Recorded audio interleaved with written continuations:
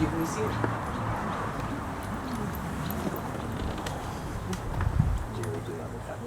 All right, let me start by welcoming everyone, family members, friends, random people who piggybacked on their friends plus one. Of course, we are gathered here to honor and make official the pairing of Melanie and Carl in matrimony. What better reason to be brought together than by deep human connection? What better reason to drink? What better reason to eat an actual whole pig? Additionally, I can't say enough how honored I am to be part of this ceremony. That Melanie and Carl have, for absolutely zero logical reasons, allowed me to be the one that makes their coupling legit in the eyes of the law. Finally, I want to welcome the parents of Melanie and Carl, Elizabeth and Ellen Griffith, and Paul and Denise Crusoe. Everyone give them a hand for their work in creating such beautiful humans, and thus the wonderful relationship that brought us all together. I'm going to say a few words to start us off. Memory is shoddy machinery, and yet we rely on it so much for the intimate parts of our lives. The stories of how we met our first loves, the day our second child was born, that first day at work when we realized we couldn't see ourselves doing anything else with our lives. Each of these memories is recalled over and over. Let me start with a piece of neurological science that's at once fascinating and, to be utterly honest, a little depressing, but I promise it gets better. Did you know that the memories that we recall most often are the ones that are least accurate? Let me explain.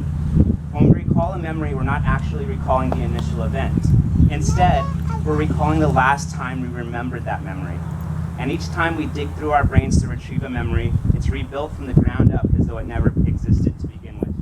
The straight hair across the forehead of your lover, their eyelashes clumped together like little Eiffel Towers, the way their fingers stretch long past palms and bury themselves deep into the heart of your shoulders, comforting the worry that collected at your neck.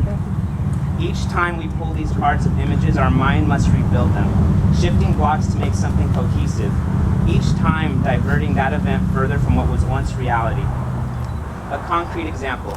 If each of you were to remember the moment you two met each other, and each and every day, as I'm sure you do, it would actually be less accurate than if you each woke up 30 years from now, having never thought of that day since, and suddenly recalled it in the early morning sunlight. Today, and for the last 4 years, Carl and Melanie have begun to build a tapestry of memory.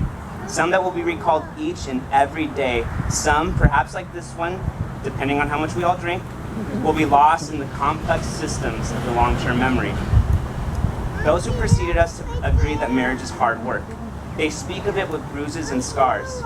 And of course, this will be true. Your marriage will be chock full of arguments, bad days, disagreements, realities you can't imagine. But everything worth doing is hard work. Life is hard work. Waking up this morning was hard work. The key is that the best work cemented in sincere love, never feels hard. Some of us wake up for jobs we must do to get by, feed our family, pay bills, mortgage, insurance. These jobs often feel like work, something we must get through to move on to the things we truly love. Some of us are lucky enough to wake up and never feel like we're working at all. It's rare, but real. Melanie and Carl, I have no advice for you. Who am I to give it? But I can say this. Do all that you can to never feel like you're working. Be tired, be frustrated, disagree and bicker, but do it with the mindset of progress. Wake up each morning with hopes of getting better, with hopes of making each other better. Seek positive patterns, be open to what is possible rather than attached to expectation. Listen to the heart of each other, stand in the mind of one another. As Stephen Covey said, seek first to understand and then to be understood. And if I must include one cliche, never go to bed angry. And this brings me back to memory. Make a new one each day. If the memories we most recall are the ones most removed from reality, then what we must do is make and make and make more and more and more memories. The more you have to pull from, the more diverse and plentiful the deck, the less corroded those little bits of information will become. Pay attention to everything. Build something so strong, so rich, that you will wake up 30 years from now and recall something small, a little detail, something beautiful in yours, the way an elbow bends or a skinny arm is held up in the air, flung in excitement, or the way letters of a Google shirt are faded. Something that matters, only to each of you. Something you haven't pictured in years and years. It won't be sad at all to have forgotten it for so much time, because it will be something real, something accurate and alive, something full of love.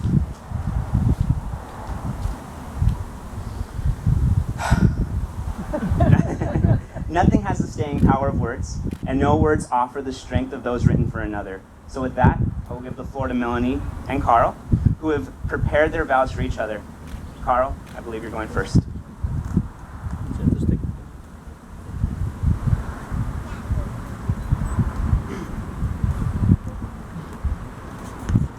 Since we've gotten engaged, I've received a lot of congratulations. Several people have elbowed me in the ribs and asked if I'm really sure that I want to take the plunge, so to speak. Whether they're joking or sincerely curious, when I get this sort of question, my mind goes back to one of my favorite passages from ancient literature. In Book 6 of Homer's Odyssey, the Greek hero Odysseus is shipwrecked on an island, having spent 20 years apart from his wife, the famously clever Penelope. 10 years he spent fighting the Trojan War and another 10 trying to return home. A local princess finds Odysseus alone on the beach, naked and caked with sea salt. He begs the princess for help in getting home to Penelope, and he says this: "There's nothing more noble or admirable than when two people who see eye to eye keep house as husband and wife, confounding their enemies and delighting their friends, as they themselves know better than anyone." We know better than anyone that this is the right thing for us, but it can be hard to put into words. So when people ask me about you, about us, what can I say to really make them understand? I probably shouldn't tell them that you don't remember the first couple times we met. That I came over your house one afternoon with Kirsten to watch the Beijing Olympics. Or that I once told you how impressed I was that you were writing for Dan's papers, but that you have no recollection of either encounter. I might tell people that for our first date, you knocked it out of the park by taking me to see a famous stand-up comedian in New York City. But I wouldn't want to tell them that for our second date, I blew it by taking you to see a Michael Fassbender movie about sex addiction. I could tell people that when we were living apart, we'd still manage to go out on dates by seeing the same movie at the same time, me in Texas and you in Louisiana, and then discussing the movie over the phone while eating the same thing for dinner. People probably wouldn't want to know that when you use the toilet, I sit on the edge of the bathtub and I hold your hand and I talk to you, because I hate not being in the same room as you, and I hate putting our conversations on pause.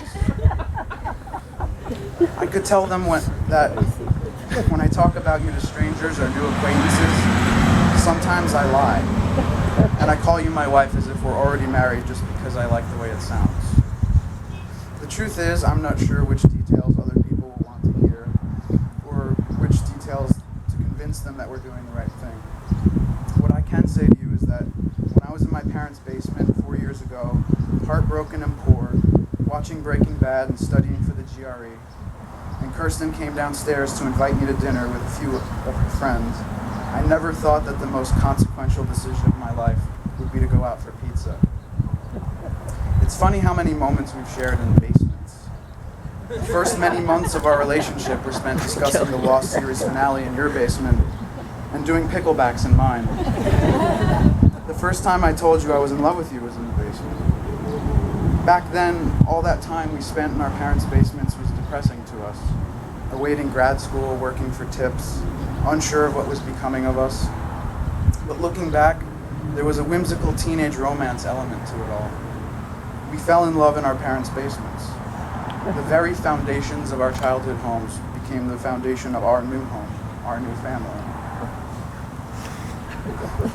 We've spent a lot of time in those basements again this summer, planning the wedding, watching Remember the Titans, and it's been the perfect reminder of why I'm so sure I want to marry you. Sometimes I wish I could travel through time to all the most vulnerable points in my life to play spoiler and tell my younger self what's in store for him. I would look for 10-year-old Carl on his first day of school in Riverhead and find him on the playground at Pulaski, all alone and feeling uncomfortable in his oversized sweater vest, having a hard time adjusting to a new school with no friends. I would tell him that he'll someday travel to places as far away as China and make friends with people from all over the world, but but that this new town he's so scared of is where he'll meet the person that makes him forget what loneliness feels like. I would find 14-year-old Carl in gym class on a day when there was no dividing wall between the boys' side and the girls' side, and all the popular, more athletic boys were trying to impress the girls by hurling basketballs at his pudgy body. I would tell him that someday he'll be at a bar flirting with one of those girls that wasn't so easily impressed, and they'd quietly laugh about how sleazy and uninteresting those pubescent tormentors had grown up to be. I'd find 18-year-old Carl in Vermont during his first year of college, working late at the library on an overdue paper, worrying if he made the right choice, studying ancient history and dead languages. I would tell him that in a few short years, he'll be scuba diving on ancient shipwrecks in the Mediterranean, and that he'll have a partner who believes so strongly in his interests and abilities that he'll learn to work harder, to treat himself better, to achieve more than he ever could have alone. I'm still not sure what more I could say to convince anyone, but I promise to trust and support you like you've always done for me. I promise to love you even when you load the dishwasher badly, or when you brazenly put items in the store back on the wrong shelf. I promise to listen before I speak. I promise you a lifetime of hand massages. I promise to always get you a Melanie-sized cup of water before bed. I promise to always pinch your butt when we're going up the stairs. I promise to weed your parents' garden whenever they want. I promise to love your sisters like I do my own. If we're lucky enough to have children, I promise to be a model of love and compassion for them. I can't promise that I'll always say or do the right thing, but I promise that we'll always find our way together, confounding our enemies and delighting our friends.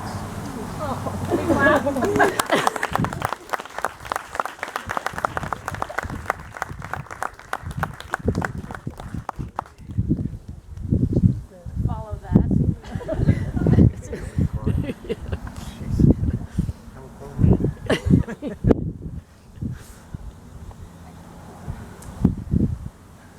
I've never written wedding vows before.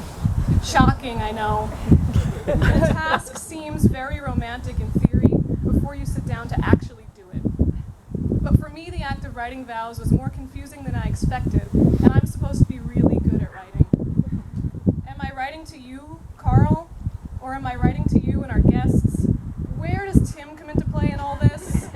I know he became ordained online and got a package in the mail with a clergy parking pass for his car. But certainly he has some role in everything.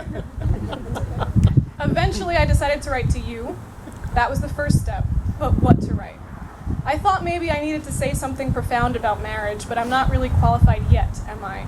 Technically, as I read this, these are my last few moments as an unmarried person. Appearances aside, I've still never been married. So what can I say about what it means to be a partner or a wife? I could talk about the marriages I've been a witness to growing up, my parents, grandparents, aunts, and uncles, but I do still want to write a book someday, and I have to save some material for that project. I finally decided that my vow should be about love. Like any good writer, I began the writing process by Googling quotes about love, my favorite writers' names, more times than you can imagine.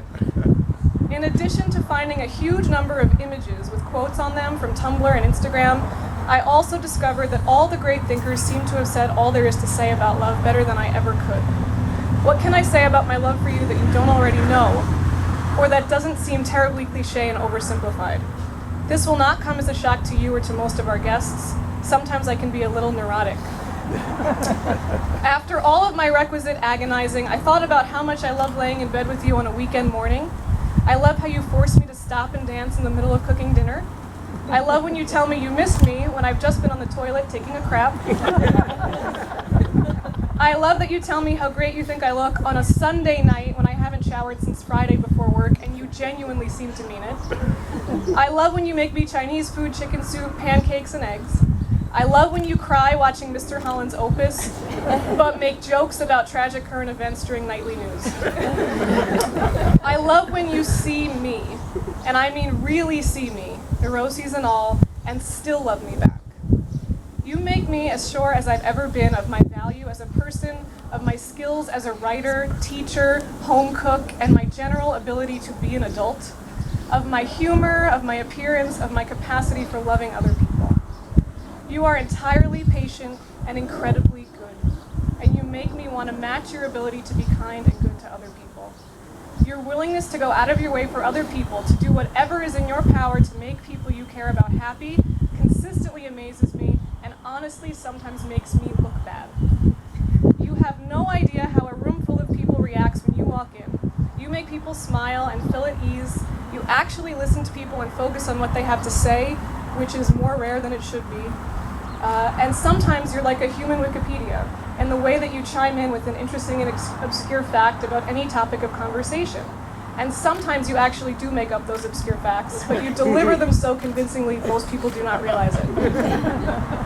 You have no idea how special you are, and that in and of itself is one of the most charming things about you. And it's a big reason me and all the people here love to be around you. We are all so lucky to know you. I promise to try and make you as proud of me as I am of you.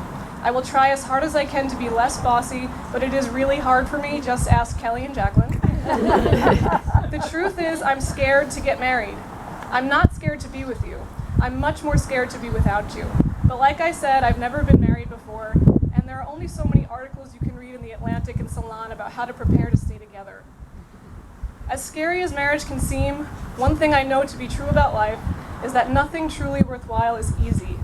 Everything I've done that has been worth doing up until this point has been pretty terrifying and extremely hard in sometimes unexpected ways. I am grateful to have someone whose essential goodness I am so very sure of by my side during this next scary step. All I know is that I am better with you than without you. I am happier, healthier, I feel smarter, funnier, more relaxed, and generally less crazy when I have you near me. Just ask anyone who knows me. You are not only good, but good for me. I have no idea what kind of results this grand experiment will yield. I hope we travel, eat great food, make a few babies, find a little corner of the planet to share where we can plant a huge garden, have a dog and maybe a cat, and watch movies and read books and sing songs and dance until we can't anymore. All I want you to know is that I love you. All I can promise is that because I love you, I will always be there for you and do anything in my power to make you happy. That promise is the simplest and the biggest thing I have to offer you, the most traditional and the most radical, and I offer it with no reservations. The only quote I found in all my Googling that bears repeating happens to be from my homegirl, Virginia Woolf. In case you ever foolishly forget, I am never not thinking of you. Carl Crusell, I'll love you till the day I die. I can't wait to be your wife.